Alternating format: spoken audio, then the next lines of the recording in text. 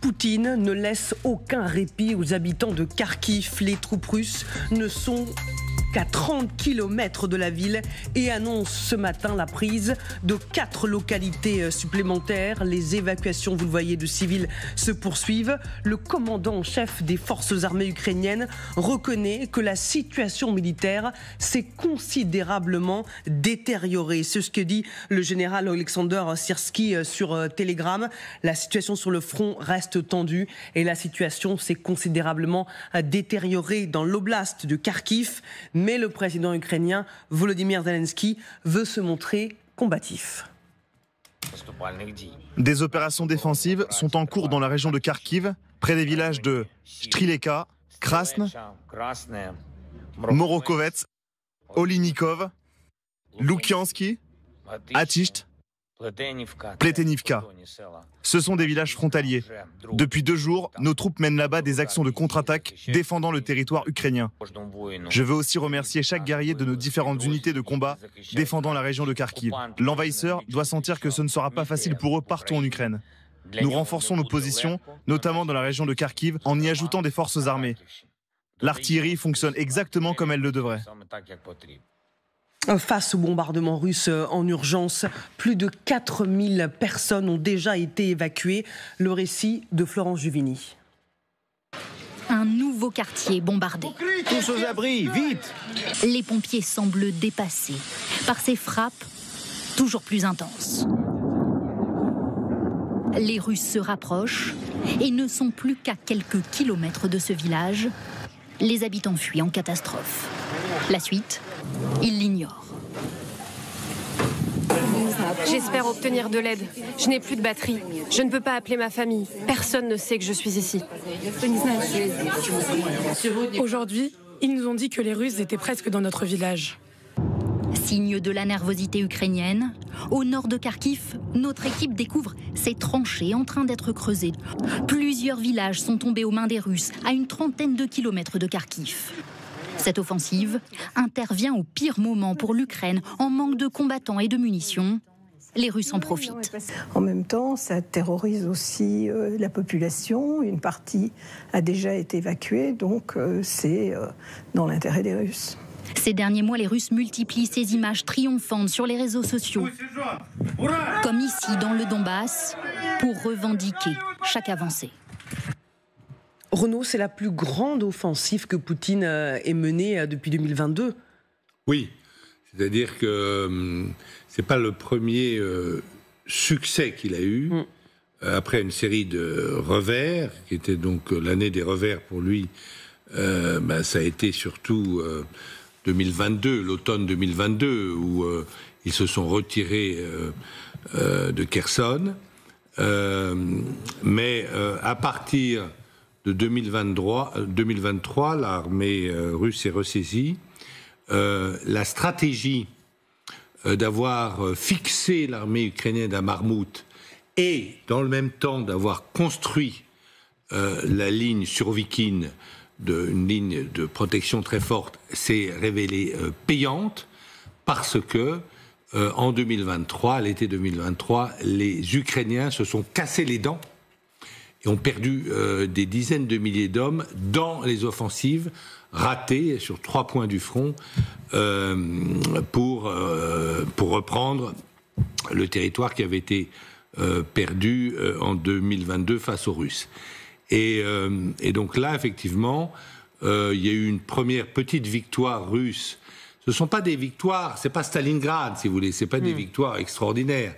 Mais il y a une victoire d'Avdivka, c'est-à-dire que là, Avdivka, ce qui est important, c'est pas la bourgade qu'ils ont pris au nord-ouest de Donetsk, mais ce qui est important, c'est d'avoir sécurisé l'autoroute qui descend vers la Crimée. Donc maintenant, même si les Ukrainiens bombardent le pont de Crimée, la Crimée sera toujours approvisionnée. Ça, c'est une première victoire tactique importante des Russes. Et là, effectivement, on ne sait pas, comme le disait Stéphane, on ne sait pas très bien quel est l'objectif. Moi aussi, je ne pense pas qu'ils veulent prendre Kharkiv. Peut-être veulent-ils forcer les Ukrainiens à la négociation. c'est vrai qu'aujourd'hui, en Ukraine, il y a de plus en plus de jeunes qui disent il faut peut-être commencer à discuter pour arrêter la guerre, pour arrêter les morts, la conscription et les morts.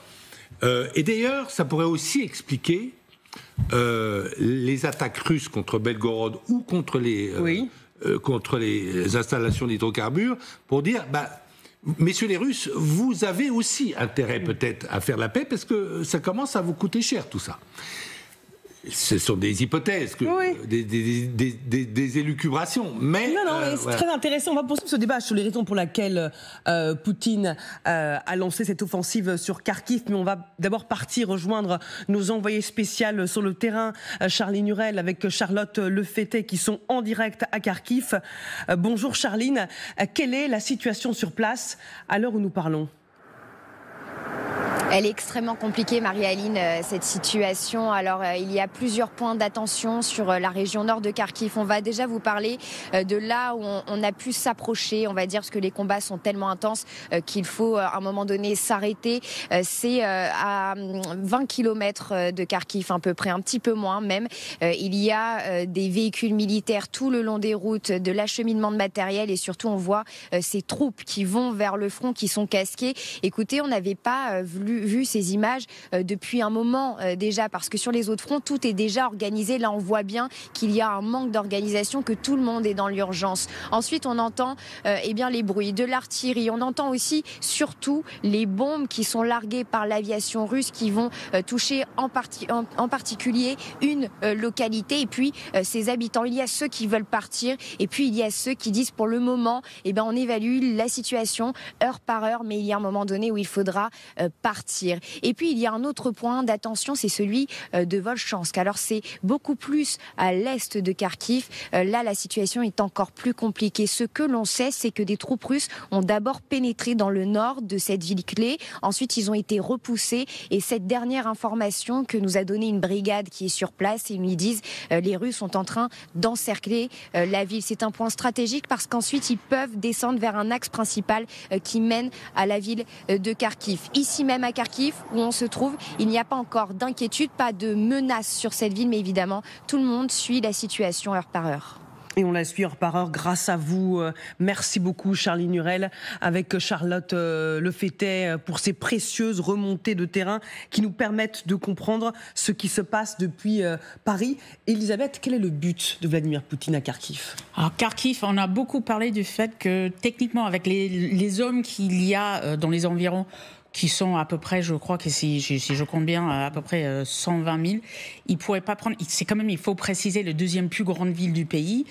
Donc opérationnellement, ils peuvent pas prendre la ville en soi nécessairement.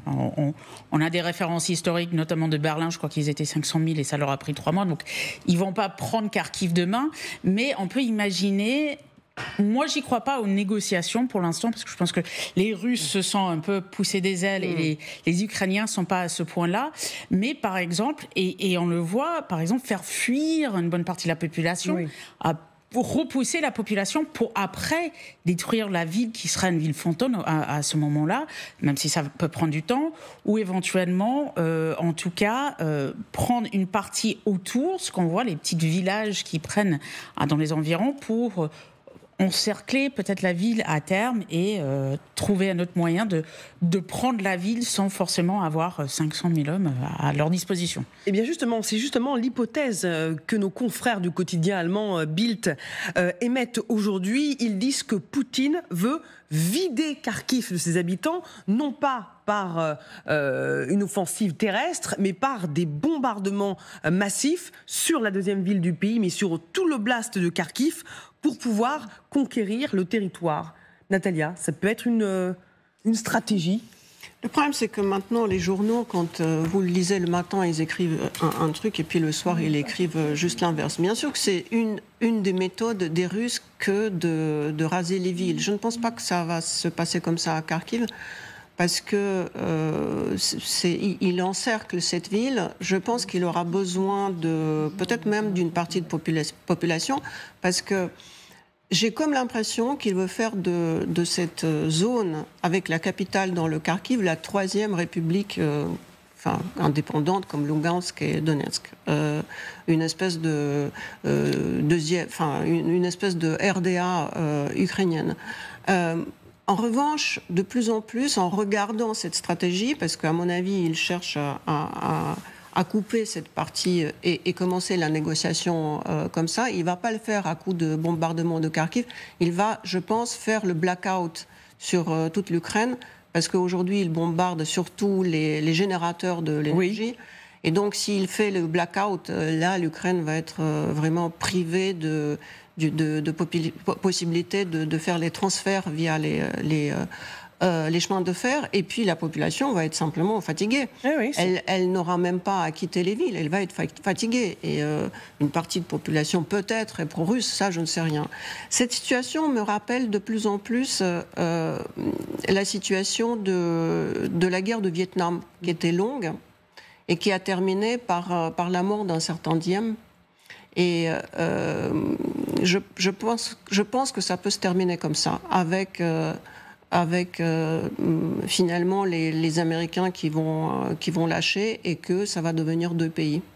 Ah, ça, je ne le crois pas. Moi, si je peux me permettre. Allez-y, répondez. Je ne crois pas. Oui, je ne crois pas que parce que sur l'attaque de la guerre américaine au Vietnam, il faut voir d'abord que l'Occident n'était pas uni pour aider l'Amérique. Il y avait la France qui l'avait condamné, c'est le discours de Phnom Penh du général de Gaulle, extrêmement clair en 1966, alors que ce même général de Gaulle avait été tout à fait proche des Américains dans la crise de Cuba 4 ans plus tôt. Les Anglais eux-mêmes n'envoyaient pas de troupes, donc il n'y avait pas un bloc, si vous voulez, occidental. Et puis, il faut voir que ces soldats américains qui étaient des conscrits, il y avait 500 000 conscrits américains au Vietnam, cette guerre est devenue assez impopulaire en Amérique même. Et c'est d'ailleurs le Congrès, c'est pas l'exécutif américain qui a lâché le Sud-Vietnam, c'est le Congrès. Il y a eu les accords de Paris de 1973, mais après le Sud-Vietnam a été lâché. C'est pour ça que le Nord-Vietnam a pu tout gagner, parce que la guerre n'était pas populaire. En revanche, aux États-Unis, on voit aujourd'hui qu'il y a des débats politiques, si vous voulez, mais que grosso modo, les républicains et les démocrates ne veulent pas de défaite de l'Ukraine, ne veulent pas de défaite de l'Occident dans cette guerre. Sérieusement ? Oui, je ne pense pas qu'ils veulent aller jusqu'à reprendre la Crimée par la force, non, mais je ne pense pas du tout que les puissances occidentales veuillent une défaite ou se contenteraient ou accepteraient même une défaite en Ukraine. Une défaite en Ukraine, ça veut dire quoi ? C'est très simple. C'est effectivement la prise d'une très grande ville ukrainienne supplémentaire, c'est-à-dire soit Kharkov, soit Odessa. Je pense que les Occidentaux, alors je peux me tromper évidemment, on va y revenir quand on parlera des livraisons d'armes américaines à l'Ukraine, mais ça c'est un vrai débat. En tout cas, l'armée russe annonce progresser. Les unités du groupe des troupes nord ont avancé profondément dans les défenses ennemies et ont libéré, disent-ils, entre guillemets, donc, les localités de Krasnoye, Gatchte, Morokovets et Olejnikovo, dans la région de Kharkiv. Pardonnez-moi pour cet accent, j'ai écorché le nom de ces villes, de ces localités ukrainiennes. Ce sont en fait des localités, on est vraiment dans des tout petits territoires et on est dans la communication russe. Vous, Stéphane Marchand, comment vous voyez cette stratégie russe à Kharkiv ? Alors d'abord, moi j'essaie toujours, vous me connaissez un peu, de ne pas me laisser envahir par les idées apocalyptiques. On peut considérer qu'aujourd'hui, la Russie est dans la situation absolument optimale.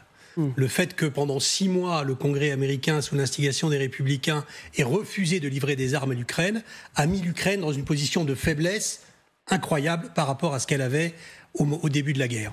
Donc, qu'a fait la Russie au moment où elle était dans la position de force la plus évidente ? Elle a gagné à peu près 20 km² par semaine. Donc, pour l'instant, franchement, la situation est évidemment très mauvaise pour les Ukrainiens qui sont en recul et qui voient se multiplier sur les écrans de télévision du monde entier des images de désorganisation, comme le disait tout à l'heure votre reporter. Mais dans la réalité, les Russes ne font pas grand-chose. La Russie ne fera pas grand-chose. Et tous les militaires qui se succèdent sur ces plateaux expliquent fréquemment que la Russie ne perce pas, parce que faire une percée, ça veut dire être capable d'exploiter une percée. Exploiter une percée, ça veut dire que vous avez 3 fois plus d'hommes qu'il n'y en a en face. Et même les Russes, dont on connaît la supériorité en termes de personnes par rapport aux Ukrainiens, ne sont pas forcément dans cet état d'esprit-là et dans cette capacité-là. Donc c'est un très mauvais moment à passer pour les Ukrainiens. Les armes occidentales vont arriver et les Ukrainiens, sur le plan tactique, restent, à mon avis, au moins aussi doués que les Russes. Et par conséquent, attendons un petit peu et la situation se redressera, y compris autour de Kharkiv.